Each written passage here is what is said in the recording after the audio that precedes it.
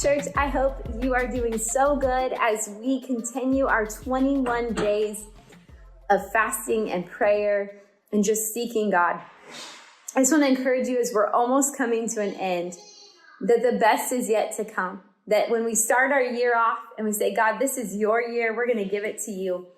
Man, the amazing things that are to come when we say, God, you are first. And so we're going to start off this devotion in 2 Chronicles 20. We're going to start off in verse 5. I'm going to read it this morning to you. Verse 5 says, Jehoshaphat stood among the people of Judah and Jerusalem in the house of the Lord in front of a new open space. Then he said, O Lord, the God of our fathers, are you not God in heaven? Do you not rule over all nations? Power and strength are in your hands, so that no one will be able to stand against you. Oh, our God, did you not make the people of this land leave so that your people, Israel, could have it and give it to the children of your friend Abraham forever? And they have lived in it, and they have built you a holy place in it. And for your name's sake, if whatever bad comes upon us, fighting, hard times, disease, or no food, we will stand in front of this house, and we will stand before you for your name's sake in this house. And we will cry to you in our troubles, and you will hear and take us out of our trouble. Man, isn't that a great, encouraging word, church?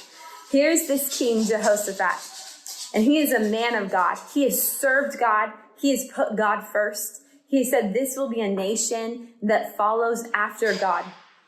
And here he is in this moment where he sees trouble on the horizon.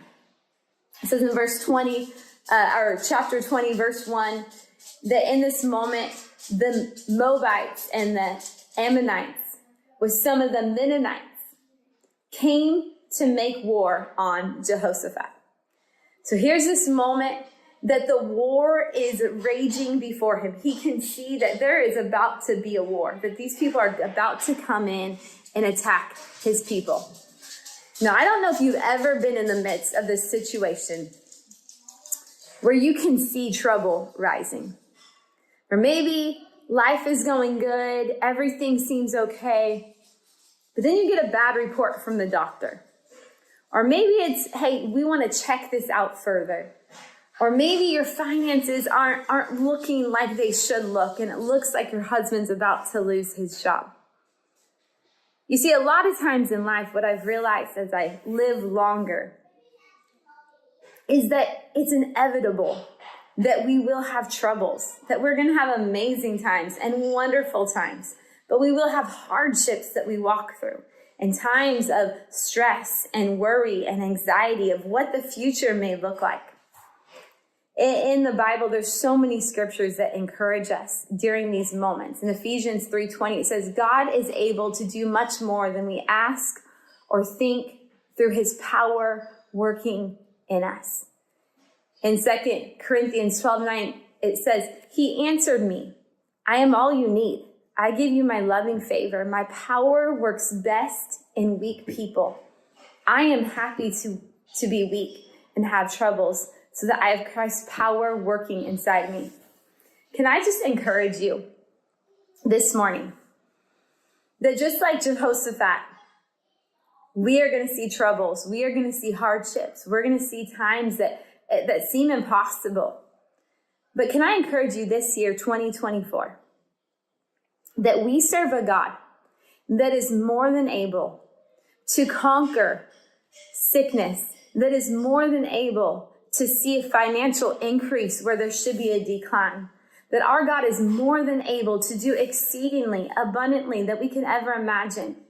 And church, here's the deal. It just takes one thing. Setting our hearts and believing for God to do the impossible. Believing for God to do what we think is impossible. You see, in this moment, Jehoshaphat encouraged the people. And after this, the people were so encouraged that instead of feeling fearful or scared, they believed that God was who he said he would be. And they stood up, and in the midst of a war, in the midst of a battle, they stood up and they began to praise and they began to worship and they begin to set their attention on who God is, that he is more than able to do exceedingly abundantly all that we can hope for, that he works well when there's weakness, when there's trouble, that God's power works the best in those situations. So I want to encourage you this morning.